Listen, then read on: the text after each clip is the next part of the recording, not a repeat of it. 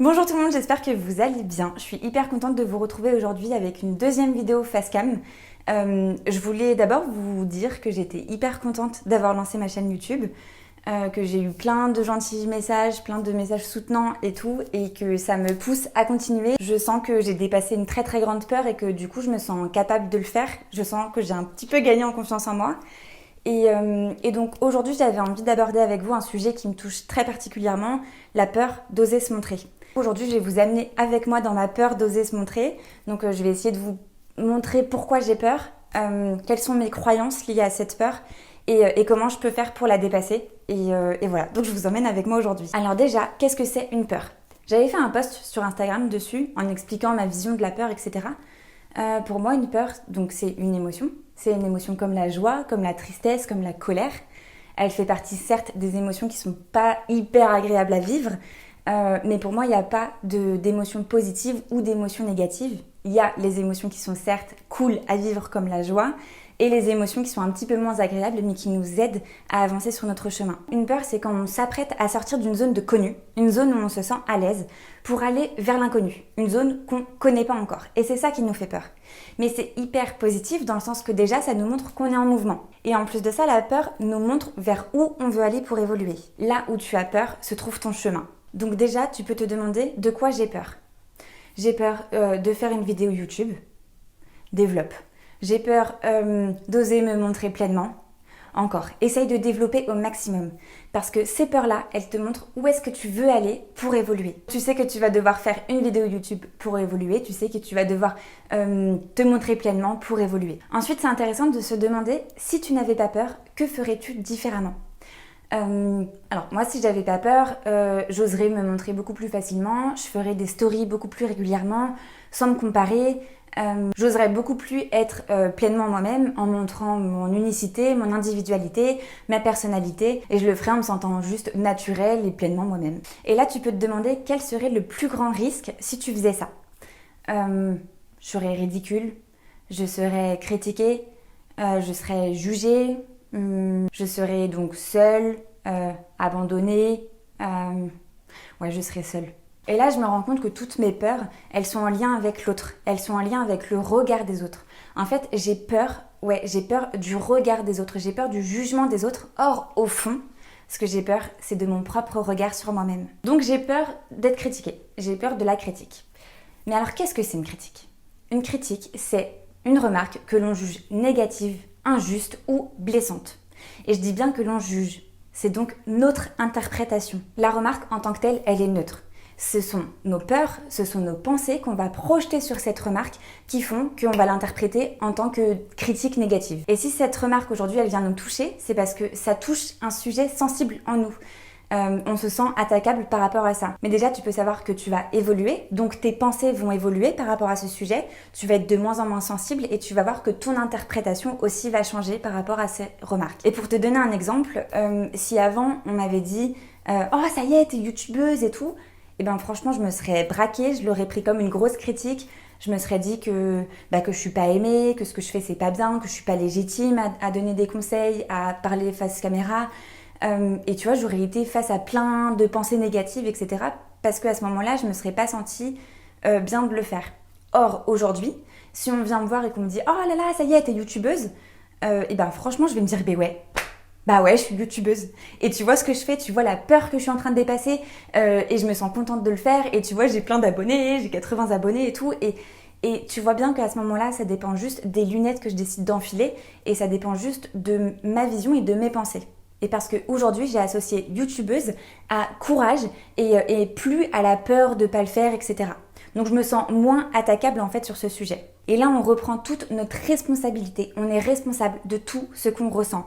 Et on arrête de se centrer sur l'autre en disant « tu vois, les gens, ils critiquent tout le temps, etc. » Non, parce que c'est avant tout notre regard et notre interprétation qu'on pose là-dessus. Donc tout vient de nous, tout vient de l'intérieur. Mais en fait, c'est beaucoup plus simple. On se cache derrière le fait que les gens, ils critiquent, les gens, ils sont méchants, etc. Parce que ça, c'est une stratégie de l'ego qui veut juste pas regarder ses parts d'ombre et qui veut pas assumer ses peurs. Et ce qu'il faut toujours avoir en tête face à une remarque que l'on juge négative, c'est le deuxième accord Toltec. Et alors ça, les gars, faut vraiment l'avoir en tête. Moi, je me le répète tous les jours. Je sais pas si vous connaissez les accords Toltec.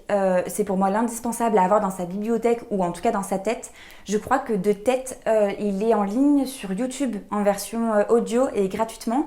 Mais sinon, vous pouvez tout simplement regarder sur internet ou aller l'acheter parce que c'est pour moi l'indispensable. Le deuxième accord Toltec, c'est n'en faites jamais une affaire personnelle. Ce que les gens disent ou pensent de vous n'est qu'une projection de leur réalité sur vous. Et il y a une citation que j'adore qui dit « La vie des gens n'est que la vie des gens ». Et je vais l'écrire parce que ça va être beaucoup plus simple. Ensuite, ça nous touche parce qu'on a envie de plaire. On a envie d'être aimé. On a envie de faire du bien aux gens. Or, ce qu'il faut se dire, c'est qu'on n'a aucun contrôle sur le ressenti et sur les pensées des autres. Tu vois, c'est un peu comme un musicien. Le mec, il est là, il fait sa guitare, il joue son morceau et il n'est pas responsable de voir si les gens en face, si les gens devant lui vont se lever, vont danser, vont pleurer. Il n'est pas responsable de ça. Lui, il est simplement responsable de sa tonalité qui fait sonner à ce moment-là, de sa propre musique qui fait vibrer. Et les autres, ils sont responsables de voir s'ils ont envie de se lever, s'ils ont envie de danser, s'ils ont envie de faire la java et s'ils ont envie de pleurer. Et quelque part, c'est pas sain pour nous de remettre notre bonheur dans les mains des autres, dans les mains des ressentis des autres. On devrait plutôt se concentrer sur nos ressentis à nous, qu'est-ce que nous, ça nous procure pour être heureuse. Et tout à l'heure, en verbalisant les plus grands risques que je prenais pour faire ça, le risque de se retrouver seule, etc., j'ai touché à des croyances limitantes. Alors croyances parce que c'est pas forcément vrai, elles sont pas basées sur la réalité, et limitantes parce qu'aujourd'hui, elles me limitent, elles ne m'aident pas, et elles ne nourrissent pas la meilleure version de moi-même. Elles ne nourrissent pas mes rêves et mes envies profondes. Et donc là, la première chose à faire, c'est d'identifier les croyances. Donc tu peux les écrire, je crois que, je crois que, Et là, on va reprendre un petit peu l'exemple que j'avais donné tout à l'heure. Je crois que si je me montre pleinement, je vais finir seule. Je crois que si je me montre pleinement, je ne vais pas être aimée. Je crois que si je me montre pleinement, je vais être ridicule. Et qu'est-ce qu'on leur fait aux croyances? On leur nique leur race. Et alors là, l'idée, c'est que tu vas te créer un petit rituel, tu vas te créer un petit moment rien que pour toi pour te débarrasser de ces croyances et te débarrasser physiquement de ces croyances. Quand j'étais à ma retraite en Thaïlande avec Anne-Claire Méret, d'ailleurs que j'adore beaucoup, petit big up, on avait créé un rituel qui a été d'écrire nos croyances sur un bout de papier et ensuite, donc on avait mis toute notre intention dedans. On avait vraiment visualisé la douleur que c'était de ressentir ça, d'avoir cette croyance-là qui nous limite, etc. Et ensuite, on était allé sur la plage pour aller brûler ces croyances. Et alors, croyez-moi, ça avait été hyper fort de brûler ces croyances et de les voir comme ça partir en fumée dans l'air.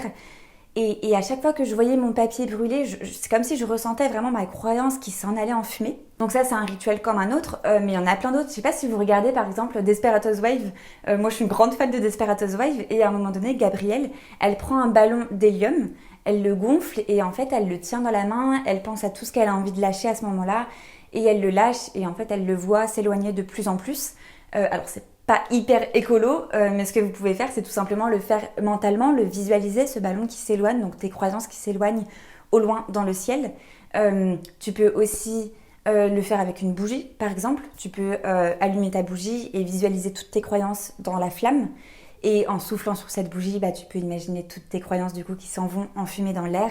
En fait, l'idée, c'est juste que tu trouves quelque chose de physique à te débarrasser et que tu y mettes toutes tes intentions dedans, toutes tes pensées là-dedans, que tu te centres à 100% là-dedans. Et là, l'idée est maintenant que tu te sens libéré de ces croyances qui te limitent, tu vas pouvoir créer de nouvelles croyances qui vont, elles, nourrir la meilleure version de toi-même et qui vont aider à nourrir tes rêves pour que tu puisses évoluer vers ce que tu as envie de faire. Alors, par exemple, une croyance qui pourrait m'aider, c'est que si j'ose m'ouvrir pleinement, je pourrais aider d'autres personnes à le faire aussi. Si je m'ouvre pleinement, je me sentirai libre, authentique et rayonnante. C'est en m'ouvrant pleinement que je vais pouvoir aller vers mes rêves. Et maintenant que tu t'es débarrassé de tes croyances limitantes, des croyances qui ne t'aidaient pas et que tu as instauré des nouvelles croyances qui allaient t'aider, tu peux te demander comment je me sentirais, qu'est-ce que je ressentirais après, une fois que j'aurais osé faire ça. Je me sentirais libre, je me sentirais authentique, je me sentirais fière de moi, fière aussi d'être une des personnes de ce monde qui ose faire vibrer sa tonalité, son individualité. Et ouais, en fait, je suis hyper contente de le faire et de le faire de manière naturelle et Et du coup, je me sentirais aussi rêveuse, ambitieuse, enfin bref, que du kiff quoi. Et là, tu peux aller plus loin là-dedans. Tu peux creuser encore un peu. Comment tu te ressentirais physiquement? Comment tout ça se montrerait dans ton corps? Moi, souvent, j'essaye de me mettre dans la situation, mais je me sentirais au niveau de mon thorax. Tu vois, ça sera beaucoup plus fluide, comme si j'aurais plus de crispation, plus de nœuds.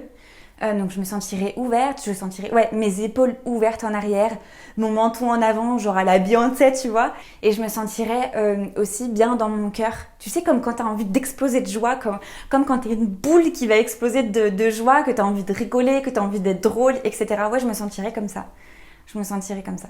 Et là, tu peux juste te dire que tu peux choisir de vivre ces sensations. Tu peux choisir de les vivre, ces ressentis. Ça ne dépend que de toi. Et la confiance en soi, ça se travaille. La confiance en soi, ça se gagne. Et tu la gagnes en passant à l'action. Parce que plus tu vas passer à l'action, plus tu vas voir que tu es capable de le faire. Et c'est là que tu vas avoir confiance en toi. Alors aujourd'hui, qu'as-tu envie de faire? Qu'est-ce que tu as envie de dépasser comme peur? Et j'avais pas vraiment prévu de faire ma pub à la fin de cette vidéo, mais je veux juste que tu saches que si tu as envie d'être accompagné dans cette démarche, si tu as envie d'un espace de soutien et d'échange, je propose des accompagnements en coaching de vie. Donc si c'est quelque chose qui te parle, n'hésite pas à aller voir sur mon site internet, tu auras beaucoup plus d'informations et à me contacter si tu as envie d'avoir des questions. Écoutez, je crois que j'ai fait le tour de tout ce que j'avais envie de vous dire par rapport à la peur d'oser se montrer. En tout cas, ce que je peux vous dire, c'est que on se sent bien quand on le fait. On se sent vivante, on se sent courageuse, on se sent fière. Et moi, je peux que vous encourager à faire ce que vous avez envie et lancez-vous et faites tout ce qui vous rend heureux parce qu'en fait, on est là juste pour vivre, en fait, on est là juste pour kiffer. Et donc, faisons-le, lançons-nous et on se sort les doigts du cul. Et voilà, en tout cas, je vous fais des gros bisous. Et si vous avez vu ma première vidéo, vous comprenez pourquoi je dis ça. Mais en tout cas, je vous fais des gros bisous. Je vous dis à la prochaine vidéo. Bye!